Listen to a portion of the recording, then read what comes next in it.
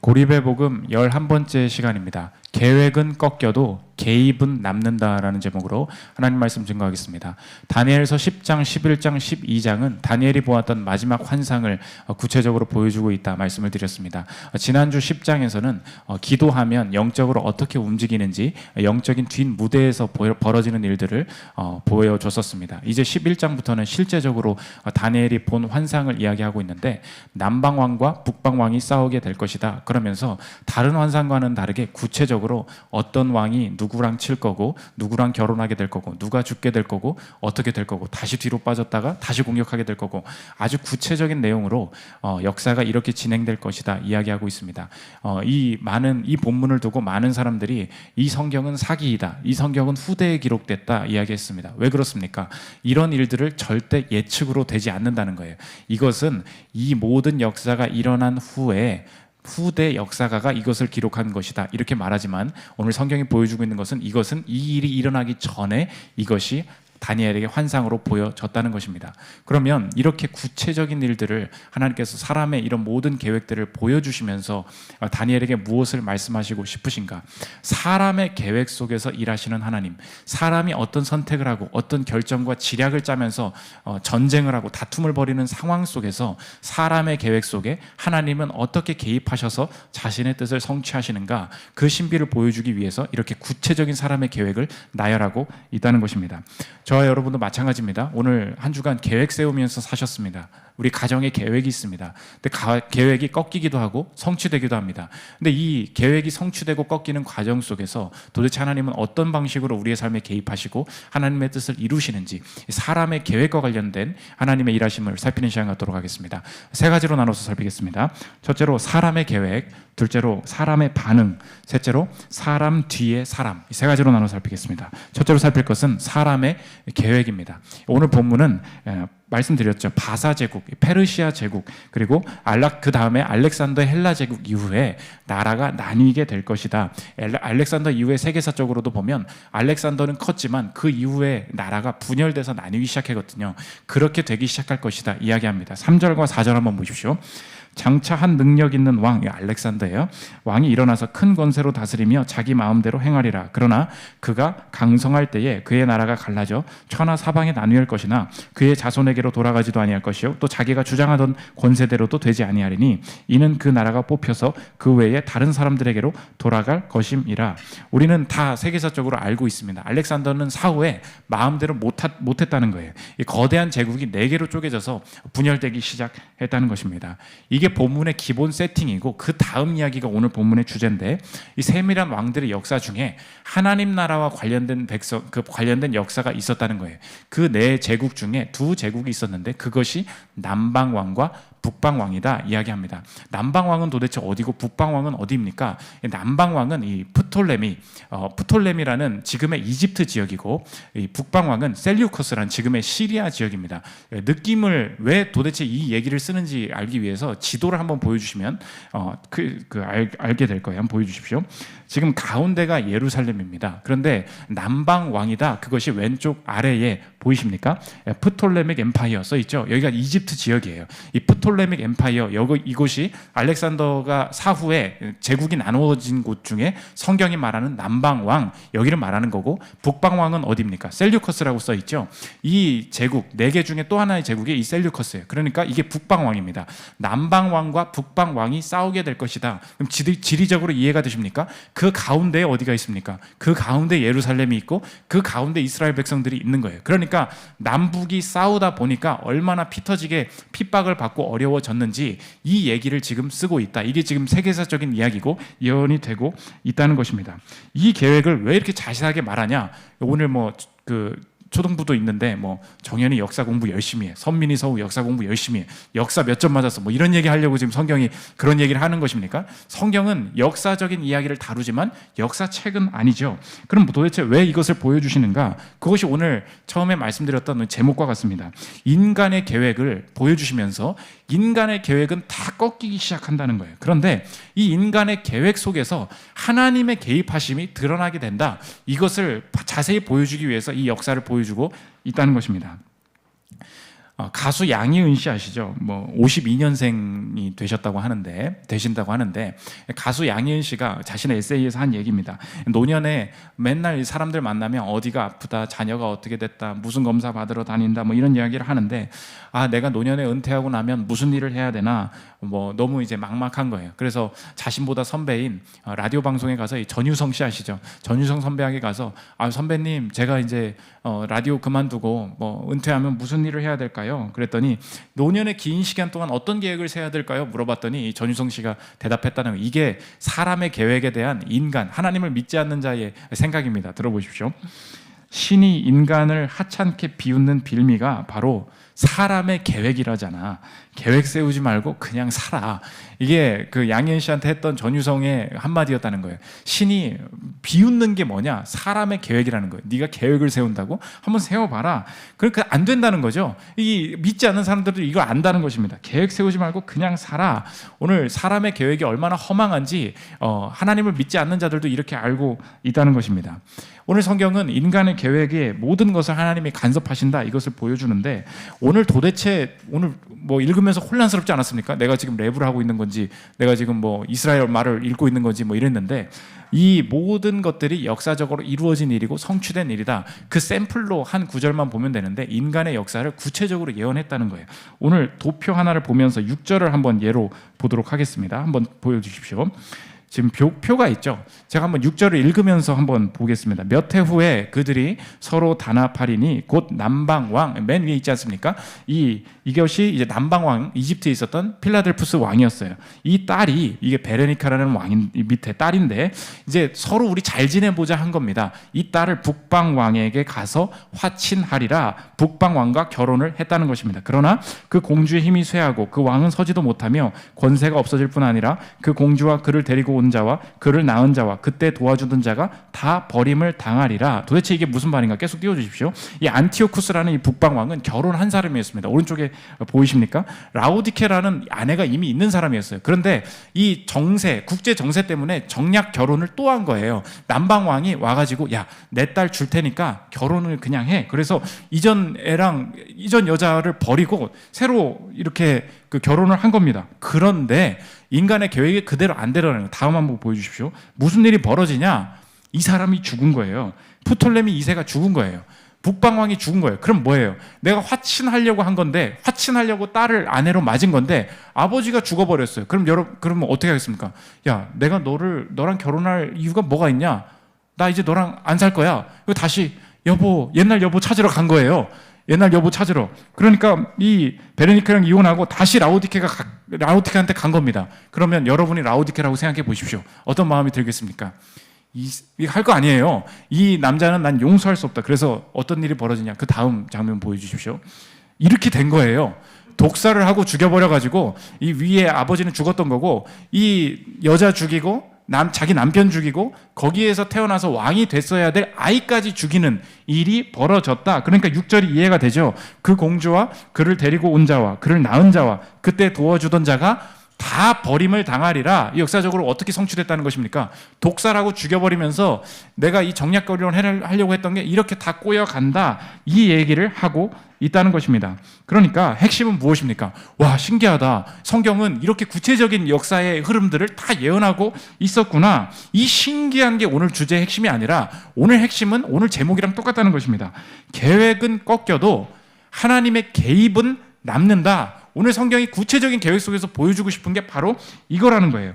이것이 왜 하나님의 개입을 강조하는 얘기냐? 이게 지금 과거 얘기가 아니라 미래 얘기이기 때문에 그렇습니다. 이게 지금 옛날 얘기를 하고 있는 게 아니에요. 이렇게 될 것이다. 이 얘기를 왜 한 거예요? 이렇게 될 것인데 인간의 계획들이 꺾여가는 것을 보여주고 있다는 것입니다. 오늘 인간의 계획은 꺾인다라는 것을 강조하고 있는 본문의 이야기가 나오는데 오늘 이 짧은 본문에서 그러나 이 얘기가 14개의 구절에서 계속해서 나온다는 거예요. 오늘 느끼셨습니까? 7절과 10절 대표적으로 한번 보십시오.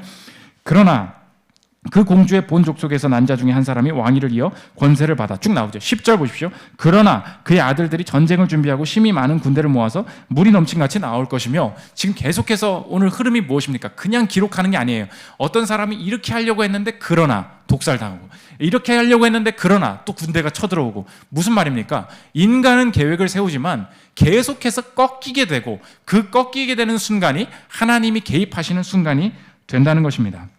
오늘 이 본문을 볼 때 이 시대에 우리가 살아가는 문화의 목소리와 이 성경이 말하는 이 역사의 흐름은 전혀 다름을 오늘 알 수가 있습니다. 이 시대 문화의 목소리가 저와 여러분에게 뭐라고 말하는가? 누군가 나와 나의 계획을 꺾어버렸어요. 그리고 내 스스로의 무능과 내 스스로의 실수 때문에 내가 계획했던 모든 것들이 다 꺾여버렸습니다. 그러면 꺾인 것은 실패다, 꺾인 것은 문제가 꼬인 것이다. 성경은 세상은 늘 이렇게 말한다는 것입니다. 근데 성경은 우리에게 뭐라고 보여주느냐? 인간의 계획은 원래 꺾인다는 거예요. 그런데 이 꺾이는 것에 대한 해석을 그리스도인들은 다르게 가지고 있어야 된다는 것입니다. 인간의 계획이 꺾이는 순간을 성경은 뭐라고 말하냐? 하나님이 개입하신 것이다, 하나님이 개입하신 순간이다, 이렇게 말하고 있다는 것입니다. 우리가 세상에서 좌절하는 이 모든 방식이랑 다르다는 거예요. 그러니까 하나님의 개입의 순간이라면 우리의 삶에 그냥 간단하게 두 가지 적용이 가능합니다. 첫째로, 다른 사람들이 내 계획을 꺾으면서 혹은 내가 원하지 않는 대로 자신의 계획을 이루어 가려고 할 때 우리가 오늘 확신할 수 있는 것이 무엇입니까? 하나님은 그것을 꺾으시면서, 그것을 활용하시면서 자신의 뜻을 이루어 가실 것이다. 그렇기 때문에 악한 사람이 내게 행하는 일, 또 주변에서 보이는 일에 대해서 우리가 낙심하지 않을 수 있다는 것입니다. 반대로 내 삶에 대해서도 마찬가지예요. 내가 하나님 앞에서 아무리 열심히 살려고 해도 내가 내 계획대로 되지 않습니다. 내가 집을 사려고 했는데 계획이 꺾였어요. 결혼하려는 계획이 꺾였어요. 우리 교회 요즘 주식하는 분들 많이 계신데 얘기 들리더라고요. 삼성전자가 10만 원 갈 줄 알고 샀는데 계획이 꺾였어요. 지금 90층에 사람이 있어요. 지금 80층으로 내려갔는데 90층에 사람이 있어요. 지금 소리치는 사람이 지금 우리 교회도 너무 많이 있는 걸로 제가 알고 있습니다. 그럼 보십시오. 계획은 뭐예요? 10만 원 가는 거라고, 다 간다고 말했다고 계획이 꺾였습니다. 오늘 계좌에서 피가 흐르고 계신 분 있습니까? 낙심하지 마십시오. 하나님이 꺾이신 곳에서 개입하셔서 우리의 삶을 이끌고 가신다는 것입니다. 그러므로 오늘 첫 번째 기도가 무엇인가? 역사를 이렇게 예측하시고 이끌어 가시는 하나님을 찬양하면, 이 기본적인 내용이지만 우리에게 적용하면 뭐예요? 인간의 계획이 꺾이는 곳에서 개입하시는 하나님, 나의 삶에도 모든 것이 꺾여 있으나 그것을 다시 해석하기를 원합니다. 주님의 개입의 순간으로, 주님이 다시 이끄시는 순간으로 나와 함께해 주옵소서. 이 고백이 우리의 삶에 가능하게 된다는 것입니다. 두 번째로 살필 것은 사람의 반응입니다. 그러면 하나님을 믿는 사람, 또 믿지 않는 사람들이 똑같아요. 인간의 자신이 세운 계획들이 꺾일 때 사람들은 어떻게 반응하느냐, 오늘 그 두 가지 대조되는 모습을 성경은 보여주고 있습니다. 첫 번째로는 타협한다는 것이고, 또 한 가지는 연단으로 바라보는 거예요. 이것이 중요한 차이라는 거예요. 사람이 계획이 꺾이면 언제나 사람들은 두 가지 반응을 겪는데, 한 가지는 타협해야겠구나, 또 이렇게 하고, 한 가지는 연단의 기간이구나, 이렇게 두 가지로 극명하게 나뉜다 오늘 성경이 보여주고 있습니다. 차례로 살피면 첫째로는 타협하게 된다는 거예요. 오늘 20절부터 나오게 되는 한 왕이 있습니다. 보면 비천한 왕이 등장할 것이다. 이것이 역사적으로 하나님의 사람들을 핍박하기로 유명했던 안티오쿠스 4세입니다. 그게 비천한 왕이에요. 21절 한번 보십시오. 또 그의 왕위를 이을 자는 한 비천한 사람이라 나라의 영광을 그에게 주지 아니할 것이나 그가 평안한 때를 타서 속임수로 그 나라를 얻을 것이며. 계속 띄워주십시오. 원래 이 안티오쿠스가 왕이 되면 안 됐는데 이 셀류쿠스 민족이 로마에게 공격을 당했어요. 그래서 원래 왕이 되어야 될 사람이 로마의 포로로 잡혀가 있었습니다. 근데 어쩌다가 그냥 왕이 된 거예요. 근데 나라가 어땠냐? 나라가 로마의 전쟁 배상금을 지급해야 돼서 풍비박산이 난 상태에서 어쩌다가 왕이 된 거예요. 그러니까 비천한 왕이다, 이렇게 얘기를 한 거예요. 이 사람이 왕이 됐다는 것입니다. 그런데 어떻게 이 정당성도 없는 이 안티오쿠스 4세가 세력을 얻을 수 있었는가? 오늘 성경은 그걸 말하고 싶은 거예요. 어떻게 이 나쁜 왕이, 정당성도 없는 왕이 자신의 권력을 휘두르게 되는가? 속에서 무슨 일이 일어났는가? 이 속에서 하나님의 백성들이 안티오쿠스에게 타협하기 시작했다는 것입니다. 그 당시에 이제 대제사장은 아론의 계열, 사독 계열로 대제사장이 뽑혀서 그 세습이 되어야 됐어요. 그런데 세상이 어렵고 전쟁 배상금 로마한테 갖다 줘야 되니까, 그러니까 아무것도 지금 돈밖에 보이는 게 없는 거예요. 그러니까 이 대제사장이 되고 싶었던 사람, 그 중에 돈을 가지고 있었던 야손이라는 사람이 나타나서 이 안티오쿠스에게 뭐라 그러냐. 그 헬라 이 민족 이끄시느라 고생이 많으시죠. 제가 이 헬라화 시키는, 제가 이 민족을 위해서 제가 돈을 대겠습니다. 대신에 대제사장으로 나를 임명해 달라고. 이건 아론 계열이 아니에요. 그러니까 처음으로 대제사장의 이 사독 계열이 아닌 곳에서 대제사장이 생기기 시작합니다. 그래서 이 야손이라는 사람이 타협한 거죠. 돈으로 매수해버린 거죠. 그러면서 자신의 생존 방법을 찾아나가기 시작한다는 것입니다. 그래서 이 싱클레어 퍼거슨이라는 그 신학자분이 이 구절을 주석하면서 뭐라 그랬냐. 하나님 나라의 백성, 어떻게 해서 안티오쿠스가 성공할 수 있었냐. 언제나 분열을, 언제나 파괴는 교회 안에서 신자들의 타협으로부터 세상의 흐름이 시작된다는 거예요. 들어보십시오. 역사학자들은 예루살렘 안에서 일어난 배신, 더블 딜링이라 그래요. 딜을 두 개에서 다 한다는 거예요. 안티오쿠스 4세가 성공할 수 있었던 이유라고 진단한다. 이것은 성경의 또 다른 원리를 보여준다. 악은 하나님의 사람들의 협조가 없이는 결코 발을 붙일 수 없다는 것이다. 교회는 필연적으로 세상에 의해 파괴되어야 하는 것이 아니다. 그 외부적인 파괴가 일어나기 전에 타협하려는 의지나 눈이 어두워지는 일이 교회 안에서 먼저 발생한다. 무슨 말이에요? 오늘 사람의 계획이 오늘 주제죠. 계획대로 안 돼서 사람이 망하는 게 절대 아니라는 거예요. 여러분 꼭 기억하십시오. 내가 계획대로 이루어지지 않아서 내 인생이 망하는 건 절대 없다는 것입니다. 뭐가 문제라는 거예요? 계획대로 되지 않았기 때문에 행동하는 그 다음이 문제라는 거예요. 그 다음에 사람들은 자기 계획이 인생의 전부였기 때문에, 자기의 계획이 하나님을 넘어섰었기 때문에 계획대로 안 되면 하나님이 없어져 버린 거예요. 계획이 내 하나님이니까. 그러니까 어떻게 합니까? 이 하나님을 다시 살리려면, 계획대로 되게 하려면 어떻게 해야 돼요? 타협해야 된다는 거예요. 그때부터 우리의 삶에 죄악과 멸망이 들어오기 시작한다는 것입니다. 목사님, 타협이 뭡니까? 내가 이렇게 받은 것도 없고 내 죄 짓는 것도 없는 타협이 도대체 뭡니까? 타협은 우리에게 이렇게 얘기하면 쉬워요. 타협이 뭐냐? 살아남기 위해서 하나님을 빼는 거. 이게 타협이에요. 타협이 뭐라고요? 내가 살아남기 위해서 하나님을 빼는 거. 이게 타협이라는 것입니다. 야손이 뭐 했다고요? 나 지금 살아야 되거든요. 근데 돈이 있어요. 대제사장 되고 싶어. 내가 살아남아야 돼. 그럼 뭐예요? 돈 주는 거예요. 많은 그 세상에서 굴르신 분들이 교회에 와서 그런 얘기해요. 목사님, 똑똑히 생각해 보시라고. 타협하면 죽는다고 얘기하는데 실제로 타협해 보셨냐고. 자기 타협 많이 해봤다는 거예요. 타협하면 무슨 일이 일어나냐? 타협하면 살더라는 거예요. 타협하면 잘 되더라는 거예요. 맞아요. 근데 오늘 성경은 뭐라고 얘기하냐? 타협은 딱 3년 간다는 거예요. 여러분 꼭 기억하십시오. 타협하면 잘 돼 보여요. 그런데 타협의 본질적인 문제가 뭐냐? 타협을 하면 내 생존을 타협한 대상이 쥐고 흔들게 된다는 것입니다. 오늘 성경이 그걸 보여주고 있어요. 맞아, 타협하면 살 수 있어. 근데 문제가 뭔지 아니? 타협은 타협한 대상이 이제 너의 생존을 쥐고 흔들 거야. 생존은 하나님이 주관하시는 거였는데 이제 생존은 네가 타협한 대상이 쥐고 흔들게 될 거야. 야손에게 무슨 일이 일어나느냐? 역사적으로 3년 뒤에 제가 돈 더 드릴게요. 그런 애가 나타난 거예요. 그게 끝이었어요. 야손의 끝이었어요. 300달란트 더 드릴게요. 끝났어요. 이걸 설명한 분이 류모세라는 그 학자분이 계신데 그분의 쓴 책에 나온 얘기입니다. 들어보십시오. 부정한 방법으로 대제사장직을 차지한 야손의 직위는 불과 3년밖에 지속되지 못했다.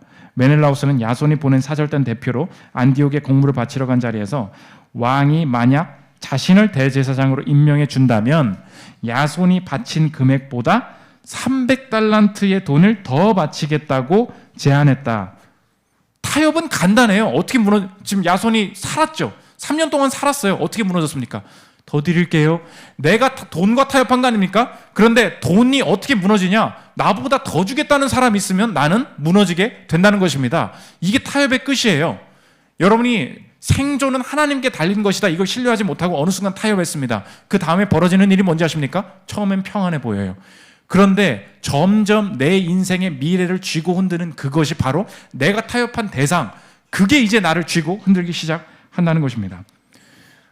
나 이제 열심히 살기 싫고 게임하고 싶다, 게임만 하면서 지내고 싶다라는 그 어떤 청년을 만난 적이 있습니다. 게임하러 가봤어요. 마음대로 게임을 했는데 게임 속에 나는 이제 자유롭게 살 줄 알았는데 게임 속에도 실력이 있는 거예요. 여러분 그거 아십니까? 게임 속에도 실력이 있어요. 게임 속에도 인정받고 인정받지 못하는 게 있다고요. 난 마음대로 살 줄 알았는데 나는 이제 게임하면서 살 건데 게임이 나를 인정하지 않는 거예요. 그러면서 좌절하는 사람 봤습니다. 뭐 이런 얘기 들어보신 적 있는지 모르겠는데 요즘 이곳저곳에 많이 있지 않습니까? 이렇게 동성애 때문에 이제 어려움을 겪는 분들도 많이 있지 않습니까? 나는 하나님의 어떤 제약이 싫다는 거예요. 그래가지고 내 끌리는 대로 마음대로 살았다는 것입니다. 그래서 갔대요. 근데 이제 빠져나온 분들의 고백을 들어보면 뭐냐? 거기에도 내가 타협한 그곳에 또 기준이 있더라는 거예요. 너는 어떻게 생겼니? 너는 나이가 몇이니? 그 안에서 나이와 생김새와 성향과 이것 가지고 또 나를 인정하냐 사랑하냐 거부하냐 다 나눠진다는 것입니다. 여러분이 어떤 상사한테 줄을 잘 서서 내가 승진했다고 쳐보십시오. 그 사람 술을 꼭 받아 먹어야, 내가 뭘 꼭 해야 내가 인정받는 사람이, 그래야 타협했어요. 그 다음에 잘 될 것 같죠? 그 사람이 무너지면 너도 같이 끝이라고. 성경이 지금 그걸 보여주고 있다는 것입니다. 그러므로 타협을 하면 이 타협한 존재에게 나의 생존을 넘겨주고 그것이 나를 인정하지 않으면 내 자신이 같이 무너진다. 이것이 하나님을 떠난 자의 첫 번째 길이다. 사람의 계획이 꺾일 때의 반응이다. 오늘 그것을 보여주고 있다는 것입니다. 두 번째, 그러면 어떤 다른 방법이 있느냐? 연단이라는 방법이 있다는 것입니다. 아니 목사님, 그럼 타협하지 않으면 어떻게 살아남으라는 것입니까? 오늘 성경이 보여주는 건 뭐냐? 타협할 상황, 계획이 꺾인 상황이 있을 때 언제나 그걸 절대 너의 생존과 연결시키지 말라는 거예요. 타협하지 않으면 죽겠네, 계획 꺾였으니까 망하겠네, 왜 자꾸 그렇게 생각하냐는 거예요. 왜? 생존은 하나님께 달려있다는 것입니다. 그러니까 계획이 꺾였을 때는 그것을 생존과 연결시키지 말고 연단의 과정이구나, 연단의 그 장이구나, 이렇게 바라봐야 된다는 것입니다. 오늘 본문에서 생존을 말하지 않고 연단이라는 단어를 쓰기 시작합니다. 35절 보십시오. 또 그들 중 지혜로운 자 몇 사람이 몰락하여 무리 중에서 연단을 받아 정결하게 되며 희게 되어 마지막 때까지 이르게 하리니 이는 아직 정한 기한이 남았음이라. 이 역사적으로는 이 연단을 받는 존재들을 마카비 혁명이 아시죠? 유대인들이 자신들의 그 거룩한 하나님을 섬기는 자들의 회복을 위해서 마카비 혁명, 그러니까 핍박받으면서도 싸웠던 그 사람들을 말하고 있습니다. 우리에게 적용하면 무엇입니까? 성경은 그 사람들이 망했다 실패했다 얘기하지 않고 연단받았다 얘기한다는 거예요. 우리에게도 마찬가지입니다. 계획이 꺾였다. 하나님의 사람들은 언제나 어떻게 해석해야 된다고요? 연단받는구나. 그럼 목사님, 연단은 무엇입니까? 타협이랑 반대말이에요. 똑같아요. 타협이 뭐라 그랬어요? 살아남기 위해서 하나님을 빼는 거. 이게 타협이라 그랬죠. 연단은 무엇입니까? 타협과 반대예요. 하나님만 남기고 다 빼는 거. 이게 연단이에요. 하나님만 남기고 다 빼는 거. 저 여러분의 삶에 어느 과정 중에 하나님이 주신 게 있어요. 그래서 하나님을 믿으면서 하나님이 공급하시고 하나님이 주신 것을 누리면서 살게 하실 때가 있습니다. 하나님이 자녀도 주시고요, 하나님이 돈도 주시고요, 하나님이 건강도 주세요. 그런데 어느 순간에 하나님이 인생의 어느 때마다 연단의 과정에 들어가게 하실 때가 있습니다. 연단이 뭔지 아세요? 연단은 하나님이 주신 것이 없이, 그것도 없이 하나님만 남는 거예요. 그게 연단이에요. 이게 하나님이 언제나 그러신 게 아니에요. 하나님이 주신 것을 같이 누리게 하실 때가 있습니다. 그런데 연단은 무엇이냐? 하나님이 원래 주셔야 되는 것인데, 주시기에 마땅한 것인데 그것을 거두어 가시고 뭐만 남냐? 존재, 하나님만 남는 것, 이것이 연단의 과정이라는 것입니다.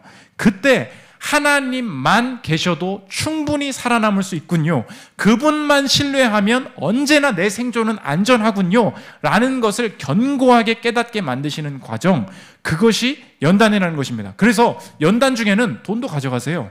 연단 중에는 잠시 건강을 거두실 때도 있어요. 연단 중에는 어느 순간 사랑하는 사람과의 관계를 끊으실 때도 있습니다. 그런데 그게 뭐라고요? 생존이랑 연결시키지 말라고요. 왜? 생존은 하나님의 것이라고요. 그러면 언제나 어떻게 해석하냐? 연단받는 과정이라는 것입니다. 연단이 뭔데요?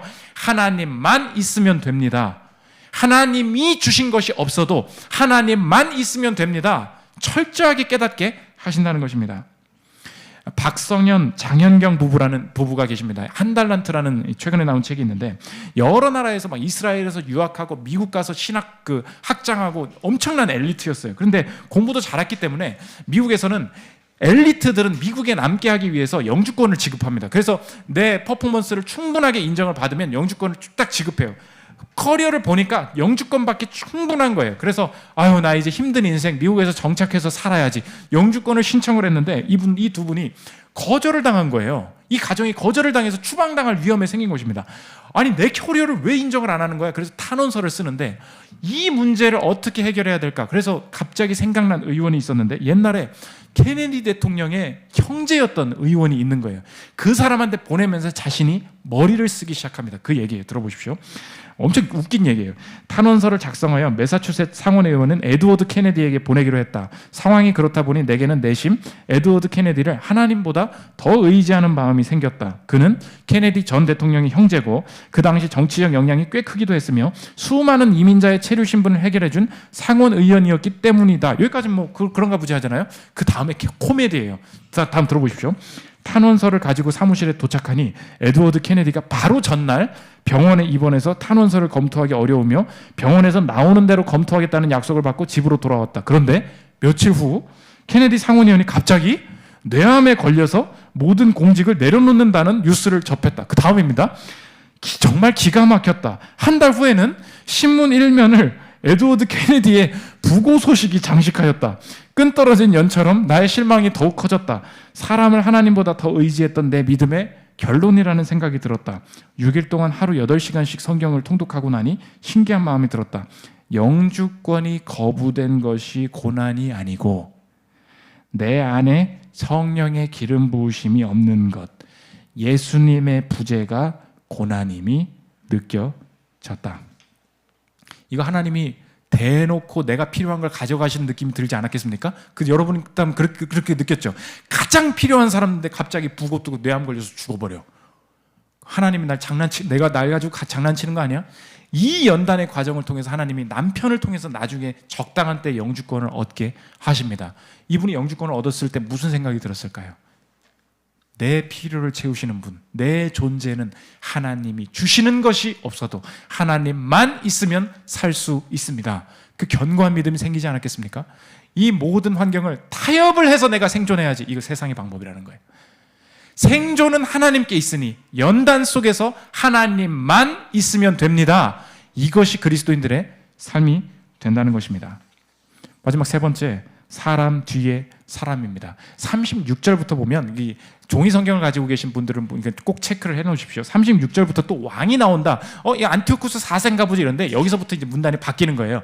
안티오쿠스 4세가 아니라 이 왕은 적그리스도를 뜻해 마지막까지 예언을 하고 있는 거예요. 36절부터 이 안티오쿠스가 이스라엘 백성들을 열심히 핍박하지 않았냐? 이 방식 그대로 이 사람처럼 행하는 자가 사람 뒤에 또 나타나게 될 것이다. 이 왕의 특징이 무엇인가? 이 왕의 특징이 나쁜 짓을 한다. 그렇지 않아요. 적그리스도의 특징이 뭐냐? 자기 마음대로 한다. 36절부터 보십시오. 그 왕은 자기 마음대로 행하며 스스로 높여 모든 신보다 크다 하며 비상한 말로 신들의 신을 대적하며 형통하기를 분노하심이 그칠 때까지 하리니 이는 그 작정된 일을 반드시 이룰 것입니다. 그런데 자기 마음대로 하다가 망하게 된다는 거예요. 45절 그가 장막 궁전을 바다와 영화롭고 거룩한 산 사이에 세울 것이나 그의 종말이 이르리니 도와줄 자가 없으리라. 안티오쿠스 4세 같은 마지막 왕이 우리 데살로니가 후서에서도 배웠죠. 성경의 마지막 종말로는 엔타이크라이스트, 마지막 적그리스도가 나타나고 그 적그리스도를 예수 그리스도께서 재림하시면서 끝내게 된다. 이것이 성경이 말하는 종말론 아닙니까? 다니엘도 똑같이 말하고 있어요. 마지막에 자기 마음대로 행하는 자, 이게 파이널 엔타이크라이스트예요. 마지막 적그리스도가 나타나게 된다. 그런데 이 성경을 보면서 그렇죠. 우리가 와 무서워. 마지막에 어떤 일이 일어날까? 적그리스도가 나타나서 이 그리스도인들을 핍박하겠지. 이 말도 맞지만 성경은 초점을 어디에게로 향하게 하고 있느냐? 적그리스도의 특징이 뭐냐는 거예요. 오늘 지금 뭐라 그랬어요? 자기 마음대로 행하며 이게 누구냐는 것입니다. 오늘 성경은 초점을 다시 우리에게로 오고 있어요. 적그리스도가 무서워 보이지 안티오쿠스가 자기 마음대로 행하는 게 엄청 무섭고 저 악한 사람이라고 이야기하지 자기 마음대로 행하는 자 그것이 누구냐? 성경은 오늘 다시 묻고 있다는 것입니다. 우리가 적 그리스도로부터 구원을 받는 것도 중요하지만 우리의 존재가 누구인지를 성경이 다시 물어보고 있는 거예요. 적 그리스도 욕하지 말라는 거예요. 죄인된 몸으로 구원받은 우리가 누구입니까? 우리가 자기 마음대로 행하는 자라는 거예요. 우리가 성경에 예수를 믿기 전에 헷갈리는 게 그거예요. 나는 죄를 지은 게 없다는 거예요. 내가 언제 살인을 한 적이 있고 내가 언제 간음을 한 적이 있냐는 거예요. 내 방식대로 나쁜 일을 하면 죄라고 얘기를 합니다. 성경의 죄는 어떻게 정의하느냐?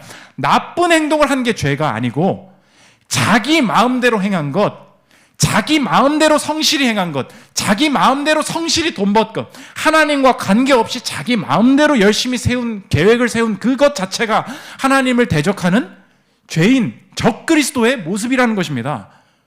그런데 우리가 이 적그리스도처럼 마지막 날에 종말이 이르리니 피할 자가 없으리라, 그것이 우리의 인생이었고 그것이 우리의 마지막 죄인된 자의 영벌, 죽음이었다는 것입니다. 그런데 자기 마음대로 행하지 않으신 분이 이 땅에 오심으로 말미암아 자기 마음대로 행했던 우리의 삶에 종말이 이르지 않도록 행하신 분이 계시다는 거예요. 예수님께서 자기 마음대로 행하지 않으신 고백이 마지막 마가복음 14장 36절에 이렇게 나옵니다.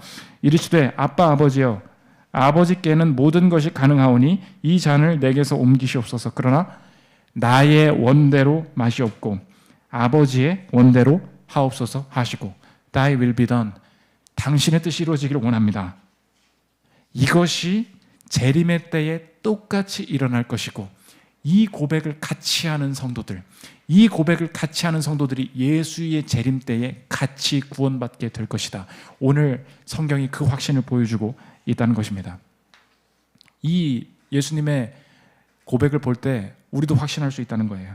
맞다, 내 인생도 종말이었고 내 마음대로 하다가 주를 떠나서 내 마음대로 하다가 영벌에 빠질 것이 나의 인생이었는데, 자기 마음대로 행한 자, 적 그리스도, 아담으로부터 대표되는 이 원죄의 영으로부터 나를 건지시고 나를 하나님의 뜻대로, 아버지의 뜻대로 순종하심으로 나를 영생에 들어가게 하신 분이 나의 주, 나의 하나님이시라면 내 생존은 이미 보장되어 있구나. 나의 실력으로는 되지 않았으나 주님께서 나를 대신해서 아버지의 뜻을 순종하신 그 주님의 공로 때문에 내 영생과 내 안전은 이미 보장되어 있다면 나머지 이 땅에 남은 내 삶도 이제 확신할 수 있겠다. 내 생존은 하나님께 있으니 계획이 꺾이는 순간마다 계획을 하나님으로 삼지 않고 계획이 꺾일 때에 하나님의 일하심을 붙들기를 원한다. 타협하면서 내 생존을 찾는 것이 아니요, 이것이 하나님만 바라게 하시는 연단의 과정임을 알고 주 뜻대로 행할 때 아버지의 뜻대로 되기를 원하나이다. 그 길 속에 진정한 승리와 기쁨이 있을 줄 믿는다. 이 확신에 가득 찬 우리의 삶의 전진이 가능할 수 있다는 것입니다. 저 여러분, 계획이 전부라고 얘기하는 이 사람의 계획으로 가득 찬 이 시대 속에서 하나님의 개입을 의지하여서 승리를 경험하는 저 여러분들 되시기를 기도합니다. 우리 주여 우린 연약합니다 찬양하고 기도하는 시간 갖도록 하겠습니다.